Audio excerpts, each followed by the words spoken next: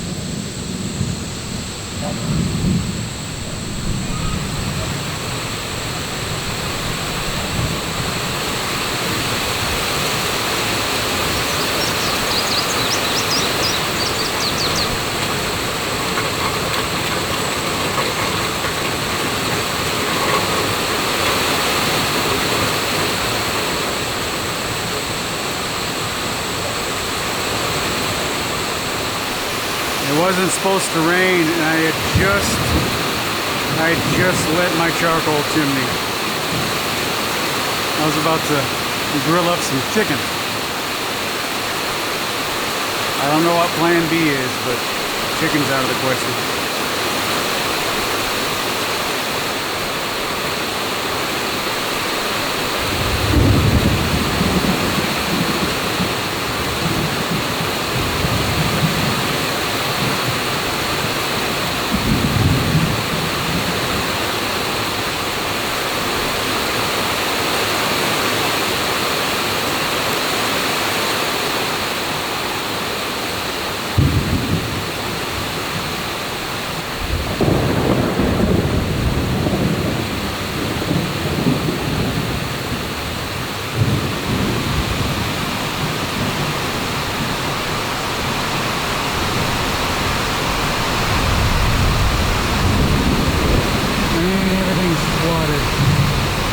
Instant flooding.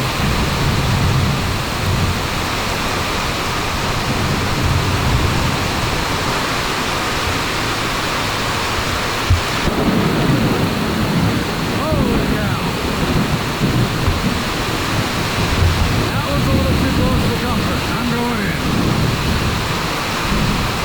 in. You know, if we got all that rain throughout the course of the day, that wouldn't be too bad. But we're just starting to get... Well, hello, climber. Well, hello. What are you doing up there? I have no idea what I was saying. We're starting to get some runoff problems. Erosion, that's what I'm looking for, erosion. But other than the rain, it's beautiful outside.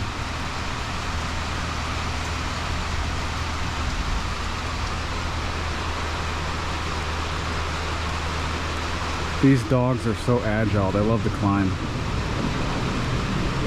Come on, Gracie. Up. Oh, you okay? You do what you can do, okay? Is it too much? Alright, let's go back down. I'll help you. Come on. Let's go back down. Come on. Oh, you're going all the way up? Okay, let me carry you. Come on, Gracie. It's okay, come on. It's okay, come on.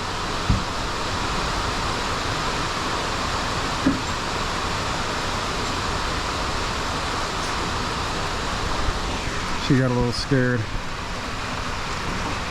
Get down, Grace. You scared or were you just playing? Good morning, ladies and gentlemen. It is August 1st, 7:30 in the morning.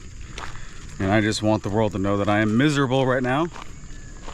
I'm absolutely miserable. You know, last year I got poison ivy out of arrogance. Oh, poison ivy's never hurt me. Oh. And then I got it so bad on both my arms and legs that I go to urgent care 2 weeks into it because I'm trying to tough it out and just get through it. And I'm like, I can't take it anymore. So I went to urgent care and the lady opens the door.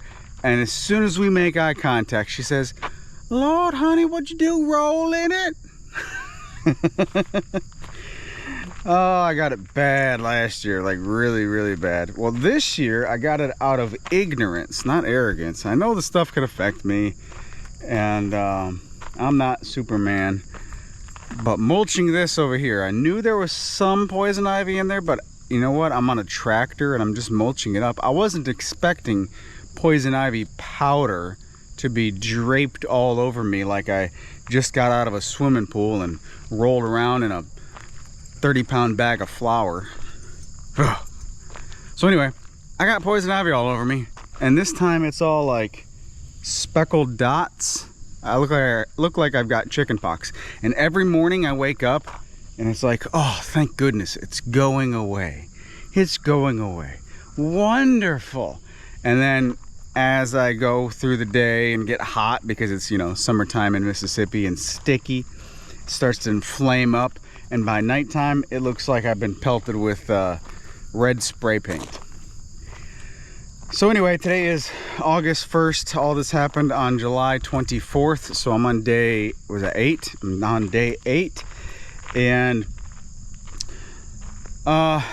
it was, last night I looked at the weather and it was supposed to rain today. Well, I checked it this morning and no rain today, but complete cloud coverage all day long. So, oh, and our high temperature today is 86 degrees instead of 96.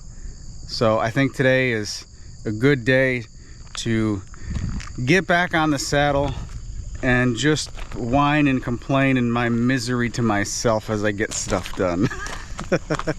Yeah, it doesn't look too bad right this second, but throughout the day it gets worse and worse.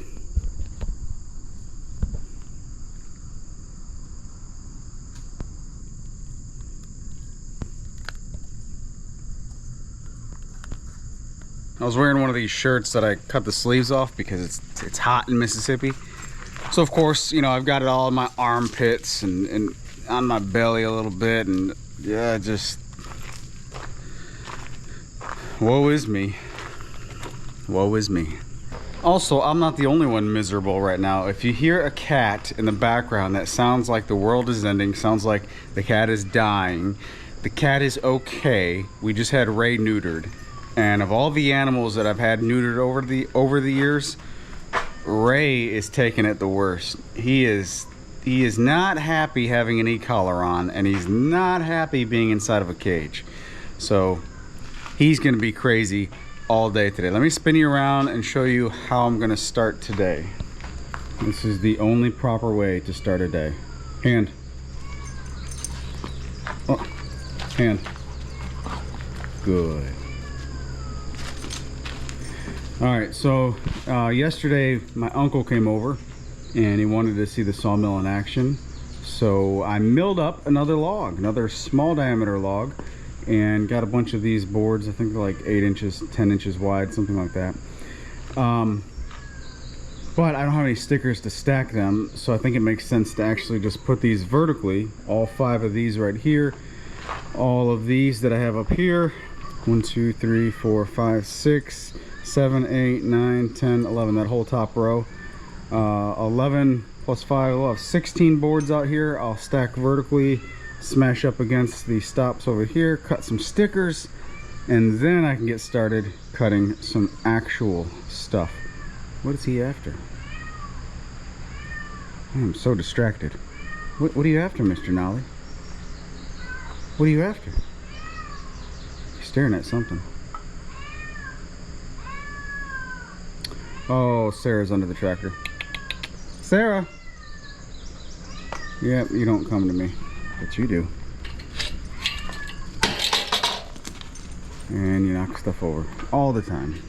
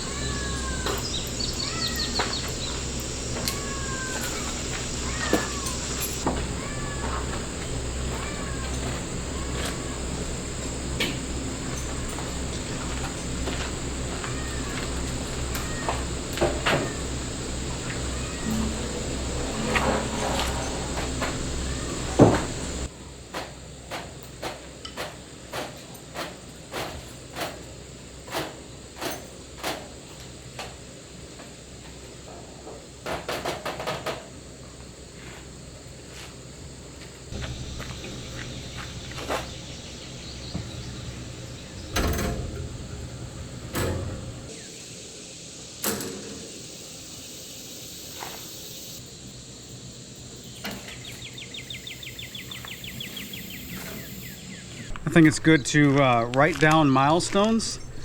And what a better place to write down a milestone from the sawmill than on the sawmill. Tony came down this past weekend, well, up, I guess. He's from the coast of Mississippi, so he came up, has some connections in the area, and bought some pine from me. So that was pretty cool. Tony's got an Etsy store you can check out. I'll give him a shameless plug for his Etsy store. Check it out. And thanks again, Tony.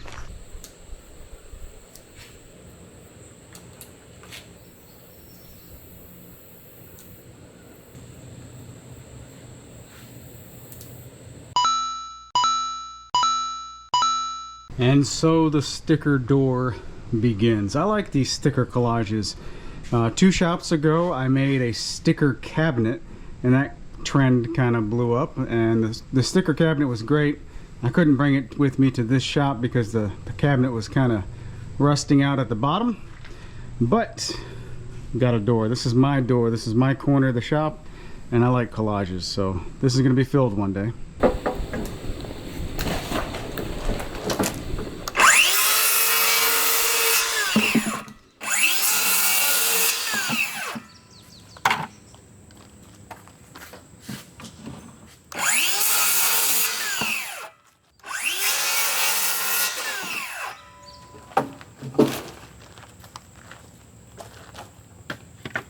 We had a bunch of half-busted pallets lying around, and I just don't really want to burn this material. Don't really want to run it through the wood chipper because there's a bunch of staples in it. But I did want to get the nails out of it, so cut off all the nails into a bucket. I'll burn these, and those I'll set aside for my daughter to play with. She could do whatever she wants to with these and experiment and have an unlimited supply of wood, basically. And it's not going to hurt anything for whatever she wants to do with those. These, on the other hand, I like to burn these. Bunch of nails and crap in them. Burn them and then flip the fire pit over and then run the ashes over with my magnet roller to get all of these nails. That's the quickest and easiest thing to do when you got so many of them. And I put them in a sharps bucket full of water so for them to rust out before going to the landfill. We get a lot of nails and tires around here because there's a scrap yard down the road, and the less nails on the road, the better.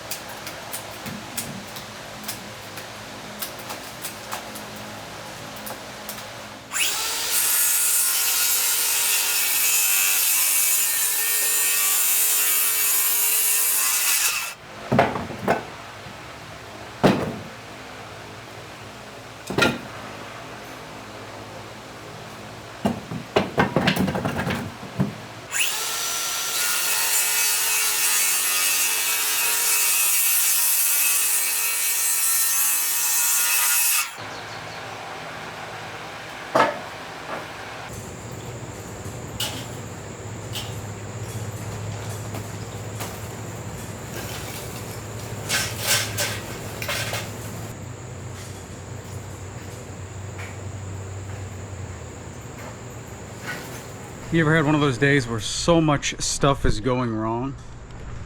Yeah, today started out pretty decent, but it turned into where everything that I tried to do required that I do something else in order to get that done. By the way, I'm no longer burning wood on the bottom of the fire pit there. That's already completely extinguished. So I'm starting up a charcoal chimney to cook some steaks. My goodness, this is how my whole day has been going. Anywho, I got some progress on some stickers from the sawmill, and let me throw Grace's rope.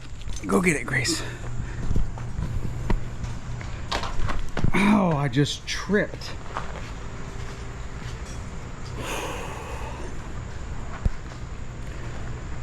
That is a nice pile of stickers. Almost looks like a flag of some kind, huh? I made a 42-inch square pallet specifically for stickers, and I got quite a few right there ready to go. So now, oh, I wasn't looking and I just whipped it right at that pole. All right, give it to me and I'll throw it the correct way. Thanks for the laugh, Grace. All right, so I feel like that should be, I don't know, like this high. So I feel like I should run a bunch more stickers, but man, talk about a boring and necessary job. That is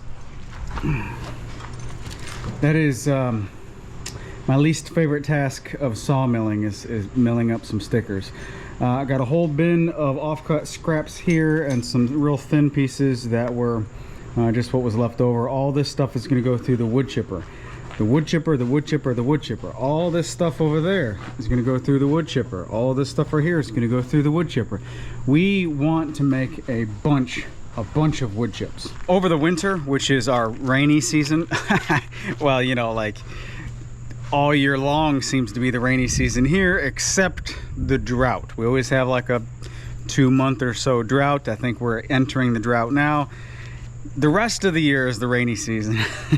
Anyway, over the winter we had a bunch of wood chips that we mulched up last year, and we spread them out in a few different very strategic muddy locations, and man, that held up fantastic. It was always essentially a dry pathway. No matter how much it rained, water just went through the chips and away it went, and we could walk on the chips without getting our shoes muddy. Really like that. Also, with the fact that Jamie's garden is expanding next year, I want to get a bunch of wood chips and cardboard and whatnot piled up. That way I can start working on pathways in between raised beds and all this kind of stuff, pathways through the regular garden. So therefore we need to utilize mulch as much as we can. So how am I going to make the mulch?